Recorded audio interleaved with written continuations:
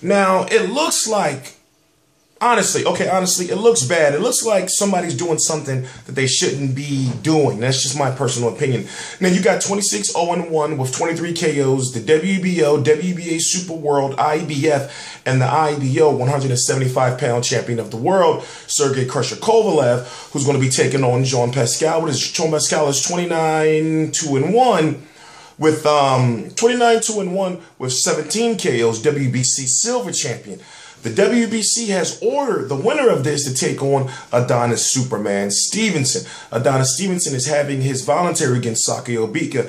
Then at the end of the year, he has to fight either Sergey Kovalev or Jean Pascal, depending, maybe even early 2016, because the winner of this, since there's so many belts is on the line, is supposed to be fighting Mohammedi for the WBO, if that makes sense. So right now, Jean Pascal is currently the WBO #1 contender, but was also the WBC Super champion, which makes him the #1 contender. Now let's talk about how we got to this fight.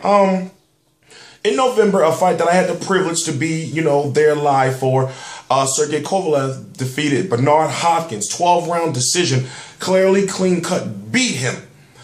Even knocked him down, if I'm correct, was in the first or second round. I forgot. I'll go back and check my footage.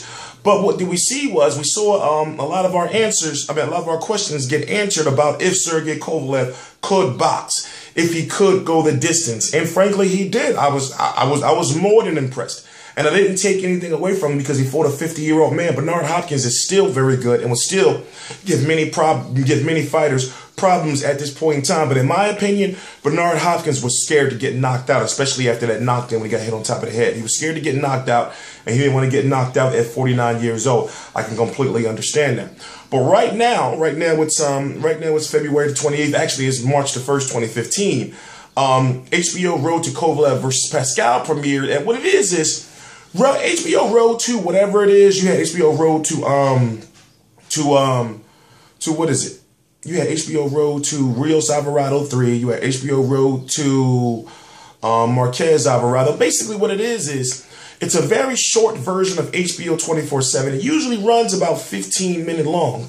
And basically, just think of it as a short version of HBO 24/7.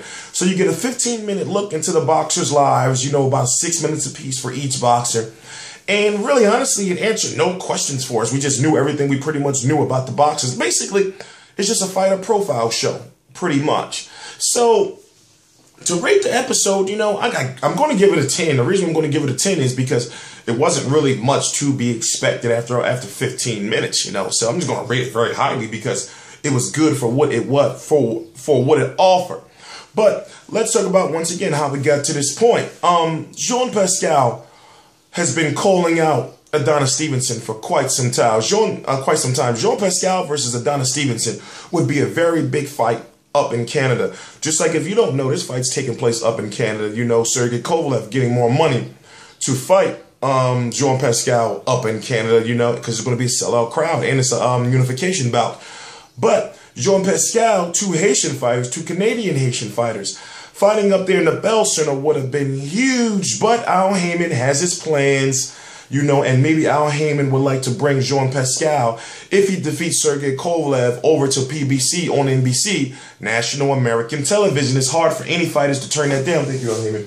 It's hard for any fighters to turn that down when you're getting that exposure. So maybe he wants Jean Pascal to fight the winner of Saki Obika, Adonis Stevenson. And Saki Obika is not an easy fight.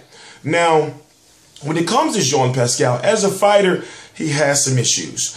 The biggest issue as a fighter he has is stamina issues, in my personal opinion. Stamina, endurance. In the later rounds, he seems to slow down. If you look what Lucian Bute was doing to him in the later rounds of that fight, his last big fight. We're not going to talk about the Bolonti bullshit when dude faked a KO. I saw it. Go look at Jean Pascal versus Roberto Bolonti and tell me what you saw. So, long story short, going back to his most significant fight, his last significant fight against Lucian Bute, we saw that even though it looked like he was toying around, he looked extremely gassed in those later rounds, which is why it looks bad that this fight is not going to have any drug testing as it stands right now. There's been nothing agreed on as far as drug testing is concerned. Now, you have Jean Pascal discrediting vodka. You know, put it this way. I have a media call on my channel, the media call, where all this drug testing, everything is talked about. In fact, the drug testing controversy took over the whole media call because that's what everything was about pretty much. You got to listen to it in full because it's crazy. And I'm thinking to myself, well, wait a minute, don't you know everyone's going to be listening to this? Now, I'm not saying anyone's juicing. I understand it's a whole lot easier for fans to say that Jean Pascal, that Sergey Kovalev is juicing because he once killed a man in the ring and all kind of stuff like that. Oh, by the way, Jean Pascal said something very cold and chilling about that scenario when you go listen to the media call. But at the same time, I don't know. There's just certain fighters I just don't see it. And I know you can't put juicing past anyone, but I just don't see it. But overall, it does look bad. It's going to have me looking at Jean Pascal's performance and, critiquing myself to see if there's, anything different. Even though this is the biggest fight of his career, it should be different. Because remember, he's fighting for unification. He's fighting for not a unification, but he's fighting for 3 of the 4 major titles. The only one the winner won't have is that WBC.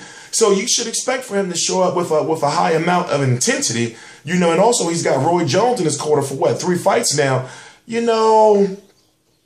I don't know. It's just a controversial situation. That's the only thing I can say. But the fight's going to be taking place March the 14th on HBO. Right now, I'm going to be covering fights every single week, every single Saturday night for God knows how long the vacation is over. And if you don't know that with this Al Heyman thing and PBC and then with HBO and Showtime, it's fights every single week. And I, T-Street Controversy Live, cover every single major fight live. Every single one.